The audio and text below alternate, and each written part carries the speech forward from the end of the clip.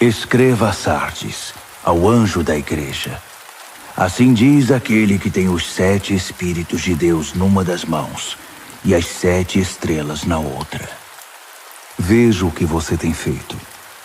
Você tem reputação de ser dinâmico, mas a verdade é que está morto, sem vida, como uma pedra.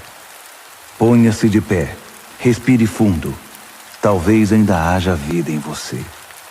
Mas não dá para confirmar isso examinando o que você faz, pois nada da obra de Deus foi realizada. Sua condição é desesperadora. Pense no dom que você já teve nas mãos, a mensagem que você ouviu, e apegue-se outra vez a ela. Volte para Deus. Se você puxar a coberta, cobrir a cabeça e dormir, sem ao menos lembrar de Deus, vou aparecer na hora em que você menos espera, como um ladrão.